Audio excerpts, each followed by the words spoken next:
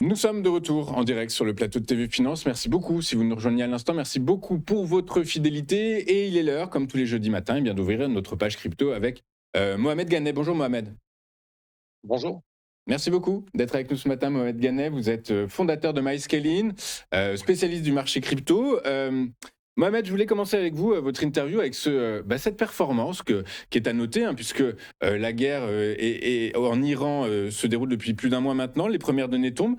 Le Bitcoin a surperformé l'or sur cette première partie de guerre, ce premier mois de guerre. Comment est-ce qu'on l'explique? Je pense qu'on peut l'expliquer par 2 éléments principaux. L'or avait déjà quand même bien, surperformé le Bitcoin, ces 6 derniers mois. Le marché ne monte jamais jusqu'au ciel, donc à un moment donné, il fallait aussi qu'on ait un repli. Il y a eu un fort retour sur l'or et également sur l'argent, hein, ces dernières semaines.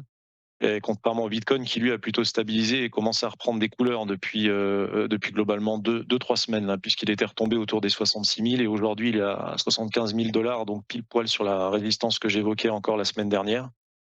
Donc on a à court terme effectivement un rattrapage du BTC par rapport à l'or qui est pas encore significatif, mais qui peut être en tout cas rassurant à court terme par rapport à ce qu'on a pu voir ces derniers mois avec de l'or qui était monté très vite, très fort, et l'argent encore plus, hein. On avait fait plus de 200-300% de hausse sur l'argent en quelques mois, là où le Bitcoin avait perdu 53% à peu près depuis son dernier point haut à 126 000 dollars.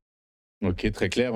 On comprend pourtant, est-ce que vous pensez qu'il est trop tôt ou que c'est complètement incongru, mais de reparler de nouveau du Bitcoin comme étant l'or numérique? Je pense que par définition et by design, dans l'esprit de Satoshi Nakamoto, lorsque le white paper avait été rédigé à l'époque, il était considéré il était nommé peer-to-peer cash electronic system, donc un échange de pair à pair 100% digital. Il peut être considéré aujourd'hui comme une valeur de réserve et comme de l'or digital.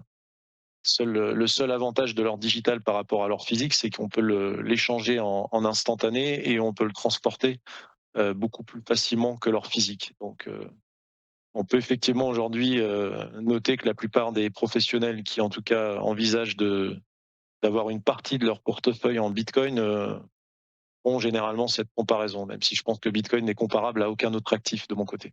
Très clair. Alors justement, ce matin, enfin hier, on a appris, le FMI a lâché une bombe, même si on s'en doutait tous un peu, que les niveaux de dette mondiaux vont exploser au cours des prochaines années, horizon 2029. Donc on est quand même sur du relativement court terme. Est-ce que le Bitcoin a un rôle à jouer justement dans cet environnement?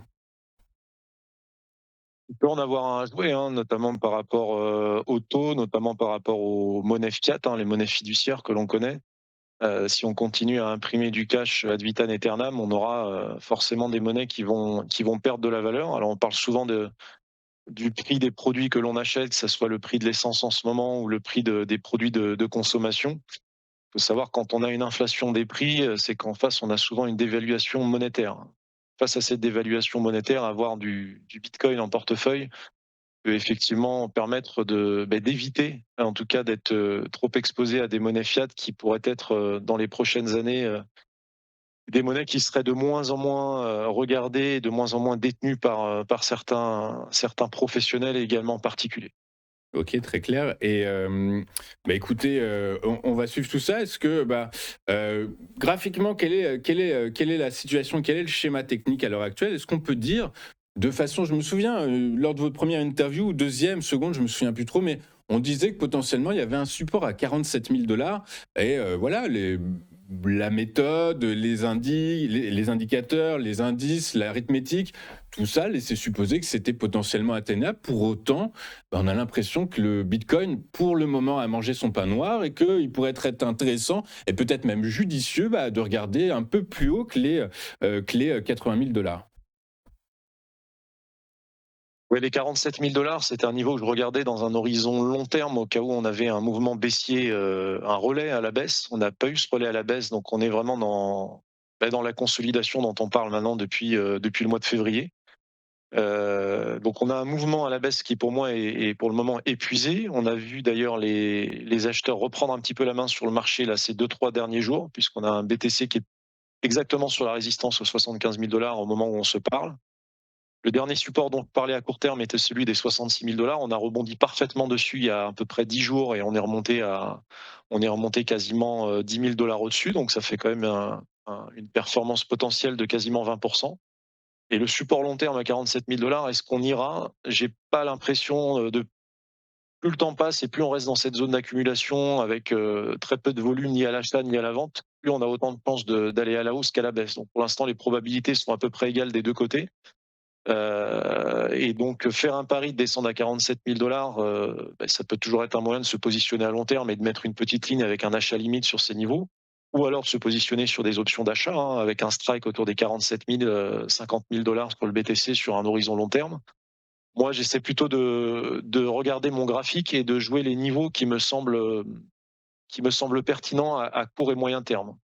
Donc le vrai premier support est à 66 000 $ hein, sur le Bitcoin, dans l'idée de commencer à en acheter dans un horizon moyen-long terme. Et le deuxième support en dessous, sur lequel on pourrait faire un double appui si on venait à redescendre, serait autour des 60 000 $. 47 000 est encore un peu éloigné. Est-ce qu'on ira avec le volume encore qu'on a sur les institutionnels, avec Stratégie qui a encore acheté pour à peu près 1 milliard de dollars de BTC encore la semaine dernière?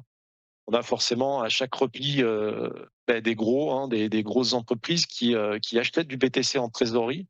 Donc ça freine systématiquement les baisses.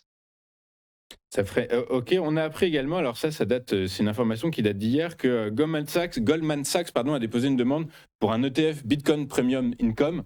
Ça peut porter le marché à court terme, ou ça peut passer inaperçu? Au moment, j'ai plutôt l'impression que l'ensemble des actualités, qu'elles soient positives ou négatives pour le marché, je parle du marché crypto, pour le moment, plus d'impact en fait sur le marché. Le marché s'est vidé d'intérêt. Aujourd'hui, c'est plutôt les fonds, les institutionnels qui en achètent un petit peu à la marge.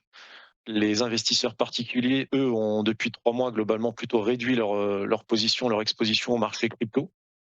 Donc je dirais que malheureusement, pour le moment, les annonces qu'on a, que ce soit du côté on avait eu des annonces aussi de Morgan Stanley la semaine dernière, hein, donc on a quand même des nouvelles qui permettent de dire que le marché crypto est en train d'être de plus en plus adopté, que ce soit par les professionnels ou même par les particuliers, mais ça ne se traduit pas aujourd'hui dans le graphique. Parce qu'on est dans encore un environnement géopolitique qui reste très instable et parce que depuis 3 mois, le marché ne bouge plus. Donc, sans catalyseur fort, on pourrait même avoir une fausse sortie par le haut à court terme au-dessus des 75 000 $ et réintégrer assez facilement le range. Donc, le niveau au-dessus des 75 que je surveille, moi, c'est le niveau des 80 000 $ pour avoir un vrai retournement de la tendance sur un horizon plus long terme. Et à court terme, j'aimerais bien déjà qu'on passe au-dessus des 75 pour repasser sur un biais haussier dans un horizon court terme. Oui, je comprends ce que vous voulez dire, Mohamed. C'est hyper intéressant ce que vous dites. En fait, en gros, c'est pour traduire et faire très simple. Si vous dites, bah, pour les prochaines impulsions haussières vers les 80, 90, 100, c'est le retour des particuliers sur le marché qui pourrait certainement permettre cette dynamique-là. Ceci étant, Mohamed, les particuliers maintenant, bah, ils sont plus réellement en direct sur le marché des cryptos. Ils ont investi dans les fonds américains. Du coup, peut-être qu'on les retrouvera pas, en fait. Peut-être qu'on les retrouvera pas ou on les retrouvera un peu tard, comme à chaque cycle, c'est-à-dire en fin de cycle haussier, en fin de bull run. Généralement, on voit les particuliers s'intéresser au marché quand il a déjà fait des performances assez incroyables. On l'avait vu encore sur les 2 derniers cycles, hein, des investisseurs particuliers qui étaient arrivés en masse quand le marché avait déjà énormément performé. Donc malheureusement, c'est quand il y a des replis, c'est là qu'il faudrait se positionner dans un horizon d'achat à moyen long terme. Là, on les voit pas et quand le marché explose, ils viennent pour essayer de capter une partie de la performance et malheureusement, ils arrivent souvent un peu tard et ils arrivent dans des conditions de marché où souvent ça se passe très mal pour eux en fait, puisqu'ils achètent souvent les zones assez proches des tops de marché. Ça, alors maintenant, petit focus sur les institutionnels. Vous dites que ce sont eux qui tiennent le marché et depuis toujours, de toute façon, ce sont les grosses mains qui tiennent le marché des cryptos. Ceci étant, pareil, même question, est-ce que bah, finalement, par la force des choses, la prochaine impulsion elle ne viendrait pas de nouvelles positions longues ouvertes? Et donc, qui dit position longue ouverte, dit visibilité à long terme, ce qu'on n'a actuellement pas. Les positions longues ouvertes sur des volumes assez significatifs, pour l'instant, on les voit plus depuis plusieurs mois hein, sur les cryptoactifs. Si on commençait à en avoir à nouveau, on pourrait avoir un Bitcoin qui repasse assez facilement de 75 000 à 100 000 $. Moi, je ne serais pas surpris par un mouvement d'une ampleur assez importante avec des grandes bougies vertes qui se suivent les jours après les jours après les autres. Et donc moi, ce que je regarde aussi beaucoup, ce que je vous partage là, c'est les positions à effet de levier, qui sont souvent aussi faites par certains fonds, hein, fonds spéculatifs. Il y a 2 semaines, je vous montrais que les positions ouvertes sur des positions short entre les prix actuels et plus 10 000 $ globalement, donc entre 75 000 et 85 000 $ là, au prix actuel, on avait 3 fois plus de positions ouvertes à la vente, et donc potentiellement des institutionnels ou des market makers, des arbitragistes qui pousseraient le prix vers le haut pour aller liquider ces positions short. Aujourd'hui, ces positions short ont fortement diminué puisqu'on est passé de 3 milliards, 4 milliards de dollars de positions ouvertes encore la semaine dernière à 2 milliards. Donc on a eu 2 milliards de positions qui ont été enlevées du marché sur des positions vendeuses entre 75 000 et 85 000 $.